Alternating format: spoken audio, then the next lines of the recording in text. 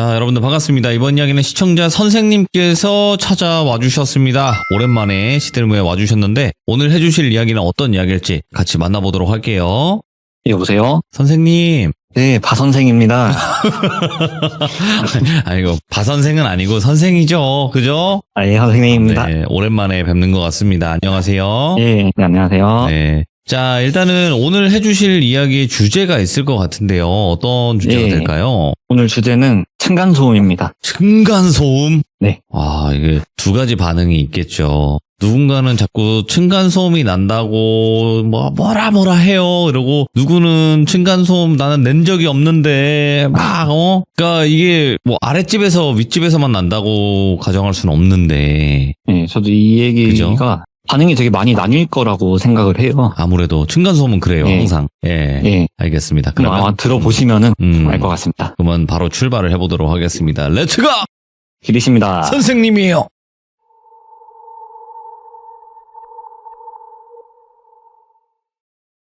제가 이제 최근에 오래전부터 알고 지내던 친구랑 술자리를 한번 가졌는데요. 제가 좀 최근에 불미스러운 상황이 좀 있었어요. 제가 층간소음 유발자로 오해를 받고 있는 그런 상황이어가지고 어이구, 예? 이 친구랑 술을 마시면서 하소연을 좀 했죠, 이 친구한테. 근데 되게 막 엄청나게 공감을 하면서 듣더라고요. 아니, 층간소음이라는 게 뭐 되게 이유가 다양할 수가 있고 뭐 그러면서 되게 저보다 더 화를 내면서 얘기를 해주니까는 약간 뭐 좀 위로받는 느낌도 들고 네. 이런저런 얘기를 하다가 똘비님 채널에 나갔었다는 이야기까지 나오게 됐어요. 그랬더니 사실 자기도 귀족이었다고 이렇게 먼저 털어놓더라고요. 어이구야, 예? 그러면서 사실은 하면서 이야기가 시작이 된 건데 먼저 이야기를 꺼내기 전에 친구에 대한 간략한 소개부터 조금 하고 넘어가야 될 것 같아요. 앞선 그 사연 이후에 저는 다른 밴드 동아리를 들어갔었는데 그 동아리 회장직까지 맡게 됐어요. 나중에 4학년에 올라가서는. 동아리 회장을 하면은 또 다른 동아리들이랑 연합하는 그런 일도 되게 많거든요. 그런 활동을 하면서 알게 된 친구인데 이 친구도 동아리 회장이었어요. 다른 동아리지만. 그러다 보니까 성격도 되게 활발하고 술도 되게 좋아하고 고향이 같은 지역이다 보니까 되게 많이 가깝게 지낸 그런 친구였어요. 저도 그 친구도 대학을 졸업하고 취준 생활을 하다가 이 친구가 저보다 먼저 취업을 하게 됐었고 술 먹는 걸 엄청나게 좋아하는 친구다 보니까 집에서 잔소리도 되게 많이 듣고 그래서 자기는 꼭 취업을 하면은 무조건 반드시 꼭 집을 나가야겠다고 생각을 했었대요. 그래서 회사랑 집이랑 뭐 거리가 멀기도 하고 또 야근할 일도 많고 하면서 이런 식으로 부모님한테 약간의 좀 뻥카를 쳐가지고는 지원을 받아서 자취를 하게 된 거예요. 대학 시절에도 뭐 자취는 해봤지만 그런 원룸이 아니라 진짜 제대로 된 아파트나 뭐 오피스텔 같은 그런 제대로 된 집에서 자취를 하게 된 거죠. 그러다 보니까 이 친구가 좀 집이 금수저는 아닌데 은수저까지는 되는 그 정도의 재력이 좀 있는 그런 집안이에요, 이 친구가. 어쨌든 그렇게 친구가 좀 재력이 되다 보니까 저도 몇 번 집들이 할 때랑 해서 가본 적이 있는데 되게 자취방 치고는 되게 좀 으리으리해요. 제가 사는 지역에서는 좀 잘 살기로 유명한 그런 곳이기도 하고요. 그렇게 제대로 된 집에서 자취 생활을 시작을 하면서 즐겁게 회사 생활을 하고 있었대요. 회사 생활을 한 1년 좀 넘게 해가지고는 능력도 조금 인정받고 그러다 보니까 직급도 주임까지는 이렇게 올라가고 그런 생활을 하고 있었다고 하는데 하루는 퇴근을 하고 집에서 드라마나 한 편 보려고 맥주를 한 캔 꺼내가지고 소파 앉아가지고 열심히 드라마를 보면서 쉬고 있는데 누가 갑자기 초인종을 누르더래요. 근데 이게 초인종을 한 번 누르면 볼 일이 있어서 왔구나 싶지만 막 연속으로 띵동 띵동 띵동 띵동 누르면 누가 봐도 약간 화가 난 것 같잖아요, 이게. 그래서 무슨 일이지 하고 이렇게 나가보니까는 약간 한 60대 후반에서 한 70대 정도로 보이는 어떤 노부부가 인상을 잔뜩 찌푸린 채로 이렇게 서 있더래요. 아니, 어쩐 일이세요? 배를 그렇게 세게 누르시면은 이렇게 말을 건네니까는 아니, 젊은이, 응? 내가 아랫집에 사는데 말이야. 다 같이 사는 집에서 그렇게 뛰어다니면 어떻게 하나? 아유, 이렇게 개념이 없어서야. 하여간 요즘 것들은 말이야 하면서 대뜸 뭐 화를 내시더래요. 당연히 기분이 나쁘죠. 기분은 나쁜데 어르신이 뭔가 좀 오해가 있는 것 같습니다. 저는 집에서 소파에 앉아가지고 TV 보고 있었고요. 이 집에는 저 혼자 삽니다. 뛰어다닐 사람이 없습니다. 그렇게 좋게 얘기를 했대요. 근데 좋게 얘기를 했는데 돌아오는 반응이 아니 그걸 내가 어떻게 믿나? 자네가 춤을 췄는지 뭔 짓을 했는지 모르는데 자네가 아니라고 하면 그만인가? 사람이 말이야 그러면 안 되는 거야 하면서 화를 계속 내시더래요. 어쨌든 기분은 나쁜데 일단은 어르신들이잖아요. 그래서 꾹 참고 예, 일단은 무슨 말씀인지는 잘 알겠습니다. 근데 저는 아닙니다. 저도 이 생활을 하면서 조금은 더 조심은 하겠지만 저는 아닙니다. 그만 화 푸시고 내려가 보세요 하면서 몇 번을 타일러 가지고는 겨우겨우 간신히 내려보냈대요. 예.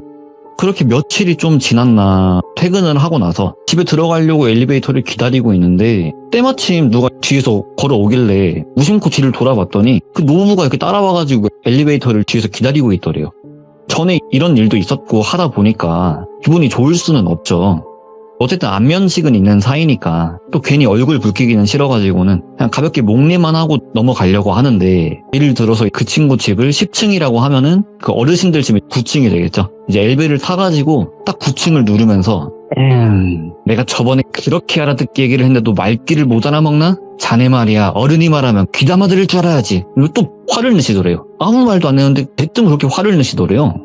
너무 기분이 나쁘잖아요. 그래서 이번에는 조금 가르치는 듯한 그런 말투로 아니 어르신 층간소음이라는 게 되게 다양한 이유로 일어날 수가 있는 겁니다. 심하면 아랫집에서 벽을 타고 올라올 수도 있는 거고 뭐 대각선에 있는 집에서 날 수도 있는 겁니다. 이렇게 알려드렸대요. 그랬더니는 아니 이 사람이 진짜 어른이 말하는데 말대꾸 자네 이번이 마지막 경골세 하고는 자기 층에서 딱 내려가지고 그냥 휙 가버리시더래요. 그냥 아예 지금 이 친구의 말을 들을 생각이 지금 없으신 거예요. 진짜 너무 기분이 나쁘더래요. 아니 지금 말귀를 못 알아먹는 건 자기들 아닌가. 그 이후로 아파트 앞에서 마주치면은 괜히 옆으로 이렇게 스쳐 지나가면서 에휴 하면서 괜히 혀를 차면서 지나가기도 하고 또 멀리서 마주치면은 뻔히 이렇게 째려보고 있기도 하고 되게 크고 작은 기분 나쁜 일들이 되게 여러 가지가 많이 있었대요. 그러다가 하루는 이게 제대로 터진 날이 있었던 거예요.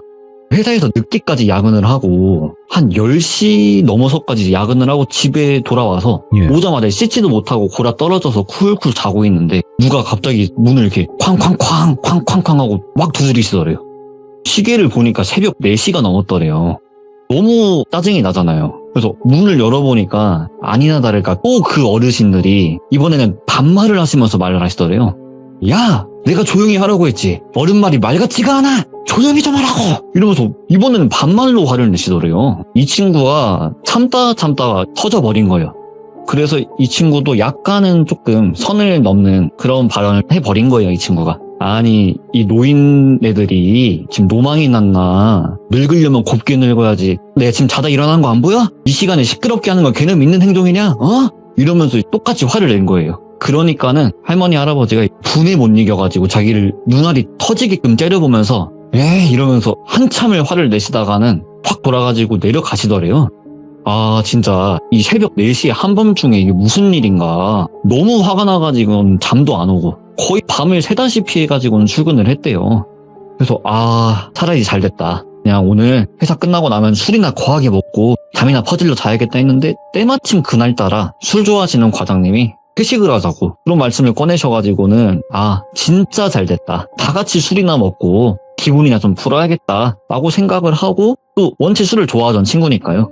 그래서 회식 자리에서 선배들이랑 후임들한테도 좀 하소연도 하고 그렇게 술 자리를 가졌었대요. 근데 이 술을 마시다 보니까 이게 조금 그런 생각이 들더래요. 난 진짜 너무 억울하다. 난 진짜 뛰어다니지도 않았고 무슨 내가 야근을 하고 온 날에도 시끄럽다고 하는데 이게 절대 내가 아닌데 오해받는 이 상황이 나는 너무 싫다. 차라리 내가 진짜 층간소음이 뭔지 한번 보여줘야겠다. 그래서 술자리에서 회사 사람들한테 얘기를 한 거예요. 아니 이러지 말고 우리 집으로 가가지고 술 좀 더 마시자고. 그래가지고 가려고 하는 사람들까지 다 붙잡아가지고는 다 자기 집으로 끌고 가서 집에서 2차 3차를 하게 된 거죠. 그래서 이 대리를 불러가지고는 다 같이 차를 타고 이동을 하는데 집에 다 와갈 때쯤에 후임 한 명이 말을 딱 하더래요.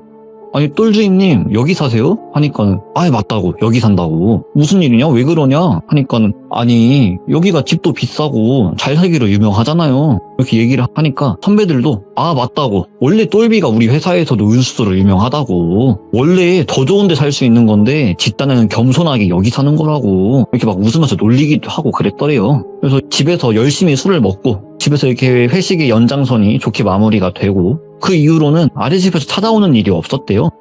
이게 진짜 층간소음이 뭔지를 한번 보여주니까 이제 조금 말을 알아듣나 뭐 이런 생각도 좀 들고 아무튼 진짜 평화가 찾아왔구나 그렇게 생각을 하면서 즐겁게 회사 생활을 했대요. 한 달, 두 달 정도 시간이 지났었던 걸로 기억을 한다고 해요, 이 친구는. 필요한 물건이 있어가지고 생필품이 좀 떨어져서 택배로 물건을 좀 시켰는데 어느 날 하루는 집에 가보니까 집 앞에 택배가 없더래요. 근데 이게 한 번 없어지면 좀 누락이 됐나 싶을 수도 있고 약간 배송 과정에 좀 실수가 있었나 싶을 수도 있는데 물건 없어지는 게 한두 번이 아닌 거예요. 택배가 뭐 두 번, 세 번, 네 번 이렇게 막 없어지기 시작을 하는 거예요. 근데 그 중에 어머니께서 반찬 같은 것도 해줘가지고 보내주셨다고 하는데 어머니께서 보내주신 김치나 이런 것들까지 없어지니까 예. 기분이 좀 나쁘기도 하고 그래서 엄마랑 전화를 한번 하다가 사실 뭐 이런 일들이 있다 하고 엄마한테 또 하소연을 한 거예요. 그랬더니 엄마도 아니 요즘 세상이 너무 흉흉하다고 뭐 시대가 어제는 도둑들이 있다고 안 그래도 요즘 엄마 집에도 이렇게 물건이 없어지고 택배 없어지고 그런 일들이 있다고 근데 그 말을 듣는데 뭔가 그 똘비가 촉이 딱 왔대요. 이게 뭔가 근거는 없지만 지금 우리 집에 택배를 훔쳐가는 범인이랑 엄마 집에 택배를 훔쳐가는 범인이 왠지 동일범일 것 같다 라는 뭔가 그런 느낌이 딱 왔대요. 그래서 집 앞에 CCTV도 달고 또 택배를 일부러 몇 개를 시켜가지고 미끼를 던져본 거예요. 이렇게 몇 번 시도를 하니까 결국에는 범인 얼굴이 찍혔대요. 범인 얼굴을 이렇게 보니까는 그냥 딱 보니까 바로 알겠더래요. 자기 회사 후임이더래요. 그래서 아니 도대체 얘가 왜 이런 짓을 했나. 그래서 이거를 바로 이렇게 절도로 신고를 해야 되나. 아니면 먼저 얘랑 좀 대화를 해볼까? 그래도 같은 회사밥 먹었던 사람인데 대화를 좀 해볼까 고민을 하다가 다음날 회사 점심시간에 후임한테 저기 옥상 가가지고 남자의 한숨을 좀 쉬자고 이렇게 옥상으로 불러냈대요. 너 왜 그랬냐? 이렇게 물어보니까는 처음에는 발뺌을 하더래요. 무슨 말씀이신지 모르겠다. 그래가지고 딱 이렇게 찍은 영상을 보여주니까 진짜 죄송하다고 바로 이실직고를 하더래요. 그래서 이 친구가 직속 후임이다 보니까 일을 가르치면서 실수하거나 일을 빠뜨린 부분이 있거나 하면은 조금 혼내기도 했었대요. 그래서 자기가 속이 좁아가지고 그 일하면서 혼났던 걸 속에 좀 담아두고 있었다고. 자기가 속이 좁아서 그랬다고. 그래서 한번 그냥 속상한 날도 많았고 했어가지고 한번 골탕 먹여주고 싶어서 그랬던 거다. 절대 다른 의도는 없었다.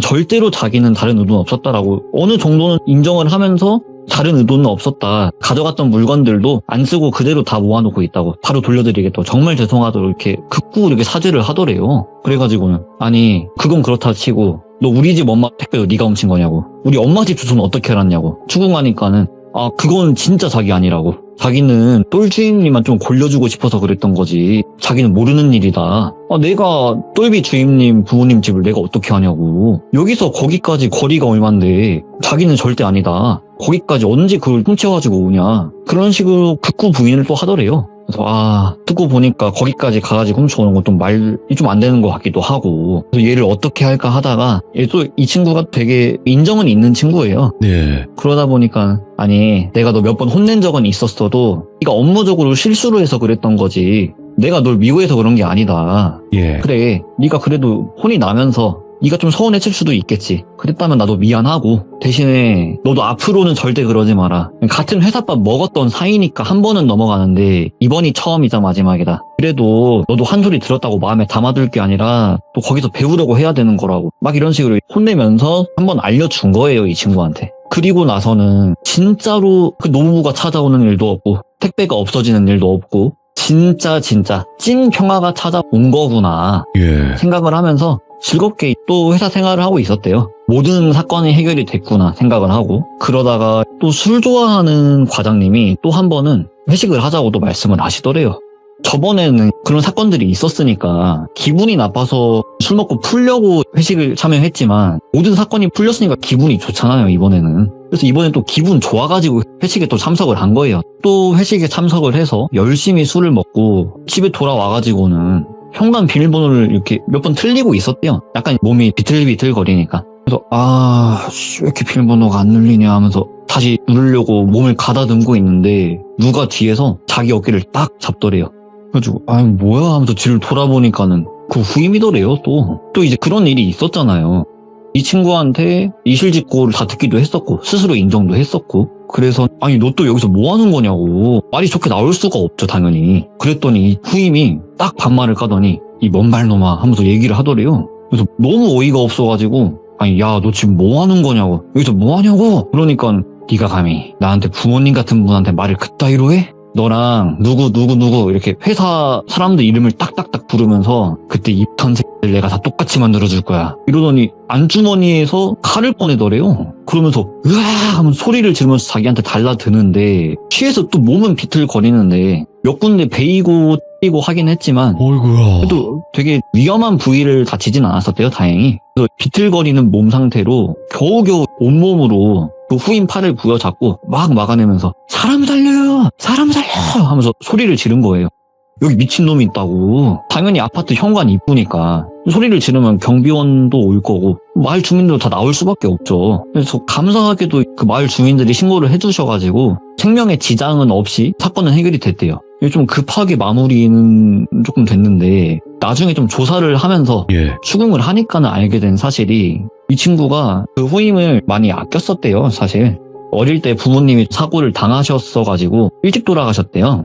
그래서 할머니, 할아버지 밑에서부터 자랐다고. 그런 가정사가 좀 안타까워가지고 많이 챙기기도 했었다고 하는데 가르치면서 혼내는 일도 많이 있었지만 혼내고 나면 꼭 따로 불러서 커피라도 하나 사주고 밥이라도 한 번 더 사주고 또 뭐 카톡으로라도 마음에 담아두지 말라고 좋은 말이라도 하나 건네주고 예. 그런 식으로 달래주기도 하고 했었다고 해요. 근데 이 친구는 이걸 또 마음에 꼭 담아두고 있었던 거고. 근데 알게 된 사실 중에 하나가 그 후임의 할머니, 할아버지가 똘비 아래층 노부부였던 거예요.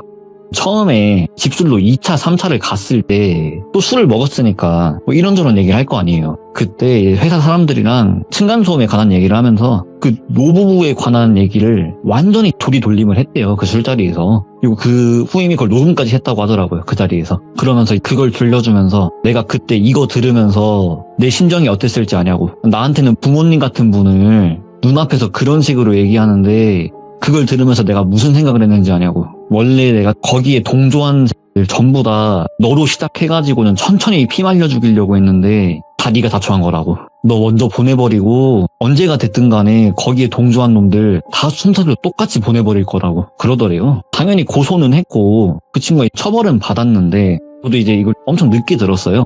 나중에 듣다 보니까 이 친구가 집행유예 3년 나왔다고 하더라고요. 집행유예로. 들으시는 분들이 칼을 했는데 집행유예라고 하니까는 조금 의아하실 수도 있는데 이게 범행을 저지르러 오기 전에 네. 술을 한 잔 걸쳤대요, 이 친구가. 그래서 술을 한 잔 먹었고 또 들고 온 칼이 식칼이나 이런 게 아니라 그 접었다 폈다는 그 면도칼이 있잖아요. 예. 그걸 가지고 왔었대요. 그러니까 이걸 가지고 사람을 어떻게 죽이냐. 다치게 할 뿐이지 이것만 가지고 사람을 어떻게 죽이냐. 그냥 나는 처음부터 혼내줄 생각이었던 거다. 그리고 위험한 곳은 안 해치지 않았냐. 예. 뭐 사람의 뭐 급소라든지 그런 위험한 부분은 내가 안 다치게 하지 않았냐고. 그게 받아들여져가지고 집행유예 나왔다고 하더라고요. 사건이 다 끝나고 나서 한참 시간이 지나고 난 뒤에 마음을 다잡고 회사 생활을 하려고 하고 있는데 한참 뒤에 모르는 번호로 또 연락이 한번 왔었대요. 그래서 딱 받아봤는데 자기가 누구라고는 밝히지 않았지만 딱 알겠더래요. 목소리 들으니까 바로 알겠더래요.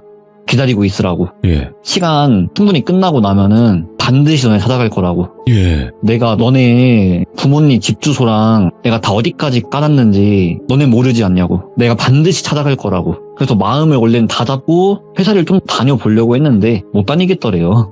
이게 퇴근하려고 해도 갑자기 뒤에서 이렇게 차로 받아버리진 않을지. 퇴근하고 집에 들어가면 그 아랫집 노부부가 또 그 손주잖아요. 그러니까 그 노부부가 보복한다고 찾아오진 않을지. 또 길거리를 돌아다니려고 하면은 갑자기 뒤에서 여기 덮치진 않을지 온갖 상상이 많이 들어가지고는 뭘 할 수가 없더래요. 그래서 그냥 집도 다 빼버리고 회사도 그만두고 엄마 집도 다 얘기해가지고는 엄마 집도 팔고 다 같이 이사도 가고 휴대폰 번호 바꾸고 그랬다고 하더라고요.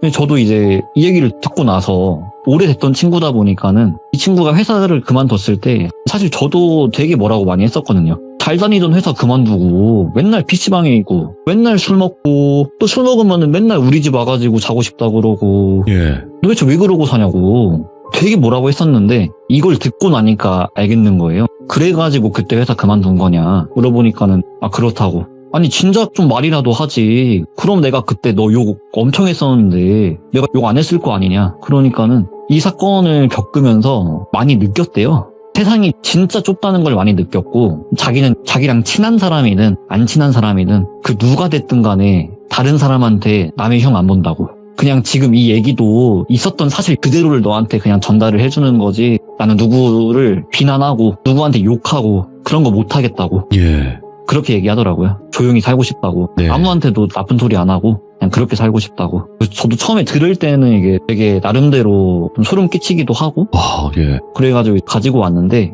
정리를 하다 보니까 왠지 시즌 후에 좀 이런 얘기 많을 것 같더라고요, 괜히. 엄청 많진 않지만 그래도 이런 네. 일이 있긴 있었죠. 예. 그래서 뭐 그리 무서운 얘기는 아닐 것 같은데 저도 지금 좀 층간소음 유발자로 오해를 많이 받고 있기도 하고 해서 예. 나름대로 소름 끼치는 이야기였어가지고 한번 가지고 와봤습니다. 네, 말씀하신 것처럼 그러니까 층간소음을 실제로 이제 내서 피해를 받는 피해자분들도 계시긴 하지만 사람이 없는데 왜 뛰냐라고 하는 분들도 있어요. 그러니까 정신적으로 예민한 분들도 있단 말인 거죠. 네, 맞아요. 저도 옛날에 네. 그 층간소음을 당해본 적이 있어요. 네. 당해본 적이 있어가지고 그게 되게 불쾌한 경험이라는 건 알고는 있는데 네. 이게 또 역으로 오해받는 상황도 힘들어. 이것도 되게 불쾌하더라고요. 아니, 저도 없었던 게 아니에요. 저는 사람이 없었어요, 집에. 아무도. 근데 그 제가 시간에 지금 그런 뛰었대. 상황이거든요.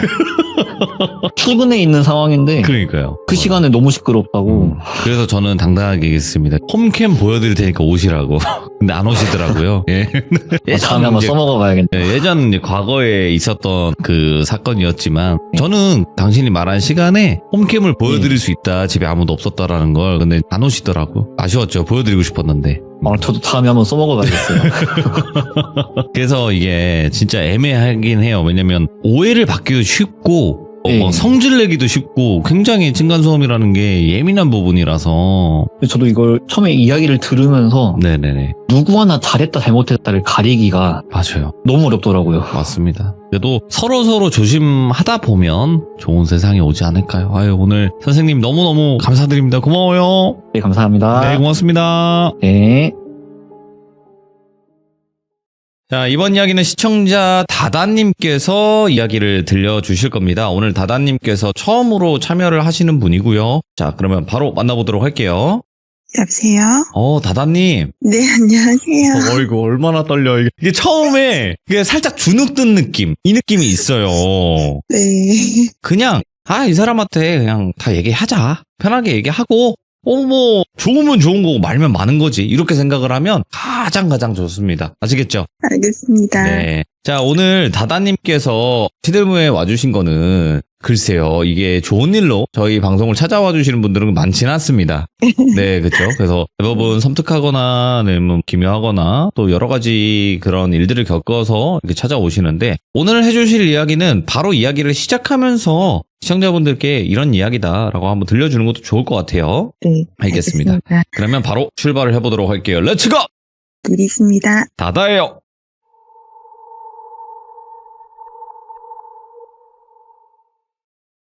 제가 10대 때 있었던 일이었고, 저희가 항상 추석이든 설이든 며칠 전에 시골 할머니 댁에 가서 제사를 지내고 옵니다. 저희가 갔다가 오면 집이 굉장히 추웠어요. 그래서 제가 올라가서 온 방 안에 불을 다 켜고 다니는데 그날 밤에는 왠지 이상하게 제 방에, 그러니까 방 3, 거기에만 굉장히 따뜻한 거예요. 나머지는 다 냉기가 방에 흐르는데 그래서 이상하다라고 생각을 하고 보일러도 올리고 방에 불도 다 켜지고 그러고 나서 제가 잠이 들었어요.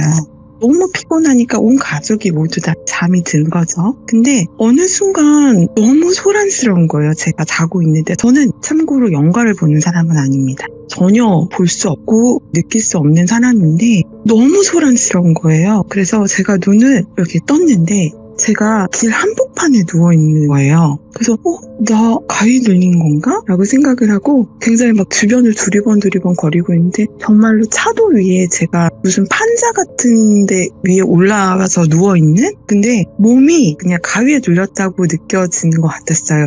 너무 무서운 거예요. 그래서 덜덜덜 떨고 있는데 몸이 안 움직여지는 거예요. 근데 제가 분명 방에서 잤던 거를 기억하니까 여긴 밖이 아니고 여기 내 방인데? 라는 생각이 계속 들더라고요. 그러더니 사람들의 얼굴을 쳐다봤는데 얼굴이 안 보여요. 모두 다 그냥 눈, 코, 입이 없는 상태로 사람들이 막 시끄럽게 하면서 돌아다녀요. 아마도 제가 사람들이라고 표현하고 있지만 귀신이었던 것 같아요.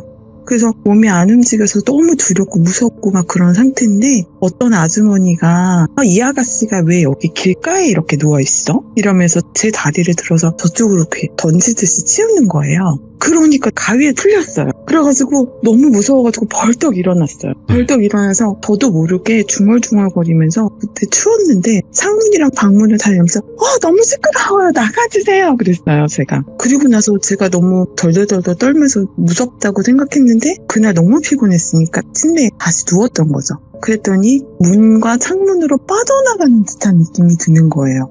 그래서 이게 뭐지? 라고 했는데 그날 그러고 나서는 제 방에 온기가 없어지더라고요. 그래서 저는 아직도 이게 사람인지 아니면 영가들인지는 잘 모르겠는데 그날 제 방에서만 일어났었던 일이에요. 근데 왜 저한테만 이렇게 느껴졌을까? 그날 제 방에 있었던 그 온기는 무엇이지? 아직도 좀 의문이 들어요. 그리고 추가적으로 얘기하면 제가 방 3에서 자고 막내 동생이 방 1에서 잤거든요. 근데 그날 똑같은 귀신을 같이 동시에 봤어요. 얼굴이 화상으로 막 상처가 덕지덕지 있는데 눈만 하얀 그런 얼굴을 가지고 있는 남자 귀신인데 제 침대 밑에서 쑥 올라오더라고요. 그러더니 막 혀를 날름날름거리면서 저한테 다가와서 계속 이렇게 시근덕거린다고 해야 되나요? 막 이렇게 징그럽게? 너무 무서운 거예요. 그래서 절로 가 막 이러고 있는데 그 영가가 계속 올라와가지고 제 살에 닿는데 그 살에 닿는 느낌이 들어요. 그래가지고 너무 싫다고 그러면서 어떻게 하다가 움직이게 됐는데 얼굴을 찼어요, 제가. 그 귀신을. 그래가지고 너무 무서워서 아악 하고 소리를 질렀는데 10분 후에 제 동생 방에서 아악 하고 소리가 나는 거예요. 그래가지고 가족들이 모두 다 달려나와가지고 무슨 일이냐고 그랬더니 제가 이런 귀신 때문에 너무 무서웠다. 귀신이 나왔다 라고 했는데 동생이 나도 똑같은 얼굴의 그 귀신을 봤다 라고 이야기를 해가지고 너무 무서워서 엄마한테 저희 방마다 비방을 좀 해달라고 했었던 기억이 있습니다. 야, 이거는 또 같이 봤으니까, 그죠? 네. 네. 한 가지 더 집과 관련돼서는 물건. 물건. 이 집에 1층에서 살고 있어요, 제가 지금.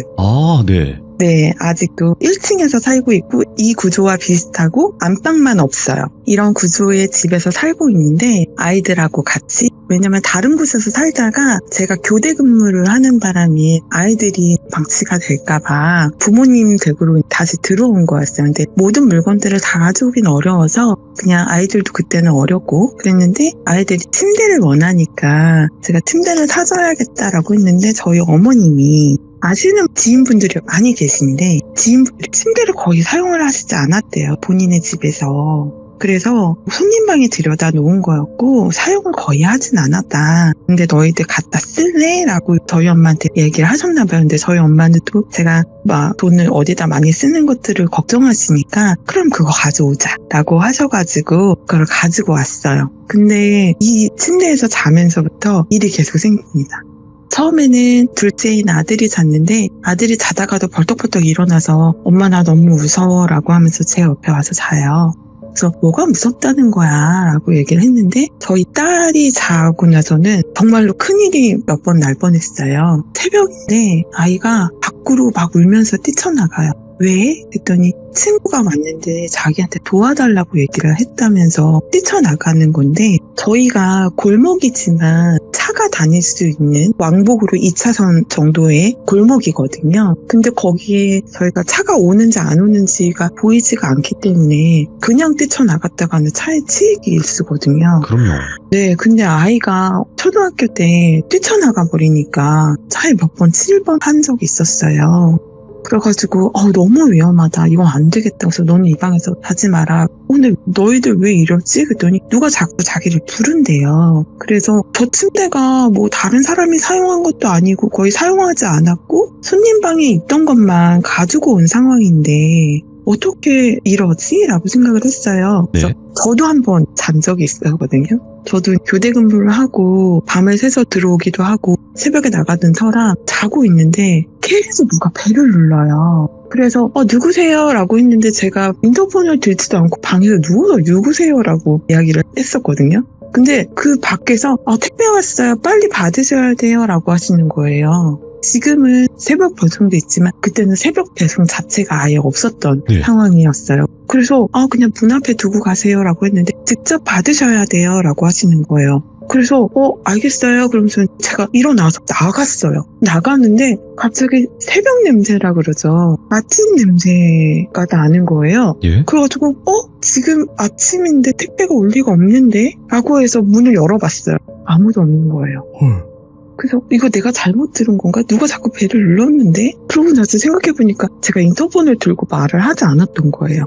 그러니까 저는 누군가와 얘기를 했지만 그 누군가가 자꾸 밖으로 부르는 거죠. 그래가지고 그런가 보다 했었는데 또 다른 날도 몇 번을 잤는데도 불구하고 계속 그렇게 새벽에 깨우던지 한밤에 저를 밖으로 부르던지, 그러니까 저도 모르게 아이처럼 차에 치일 수도 있는 상황인 거고, 그래가지고 저희 대문을 향해서 차가 양쪽에 오는 것들을 볼 수 있는 반사경 같이 생긴 그런 거울 같은 거 있잖아요. 그런 것도 저희 집 앞에 달아나고, 저희가 그러고 나서는 이 침대가 나만 느꼈던 게 아니고 우리 아이들도 다 느꼈고, 만약에 뭐 수거를 요청하면 되겠지만 이건 누군가가 쓸 수도 있겠다라는 생각이 들더라고요.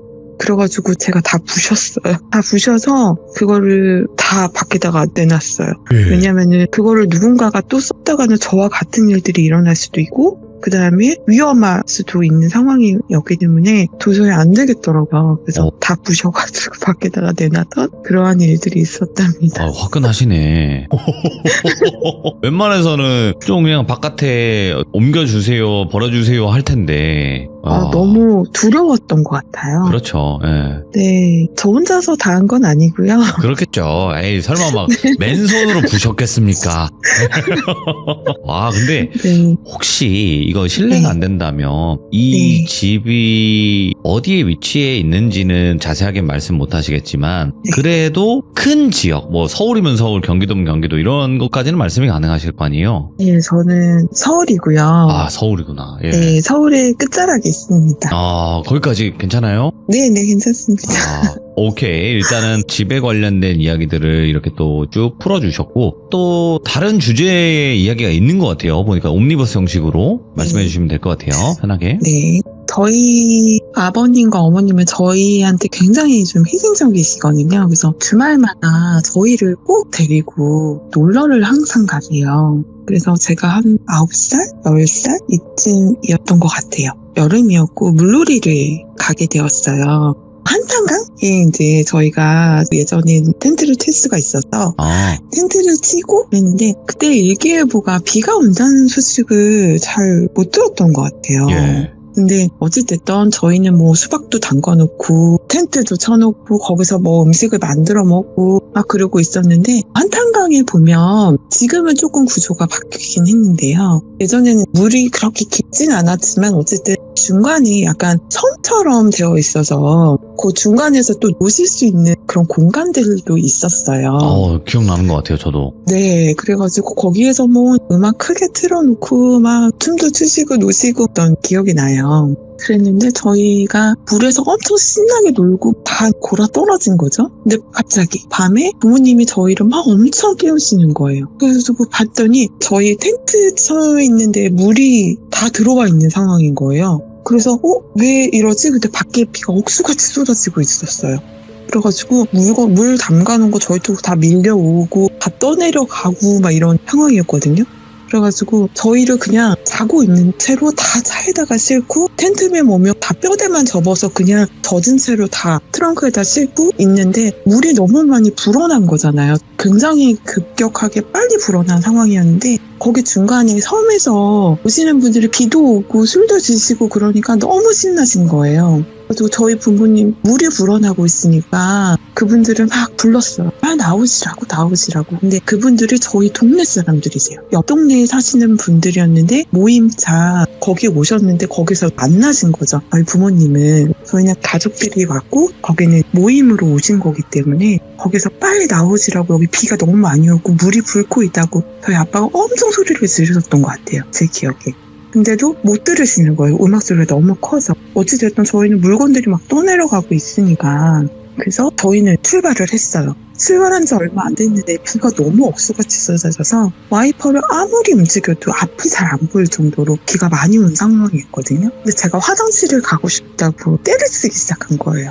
그래가지고 그때 당시에 저희 아빠가 스텔라였어요. 자동차가요. 근데 어찌됐든 저희가 화장실 가고 싶다 그래가지고 중간에 내려서 화장실에 저를 보내고 그리고 다시 차에 탑승했는데 시동이 걸리지 않는 거예요.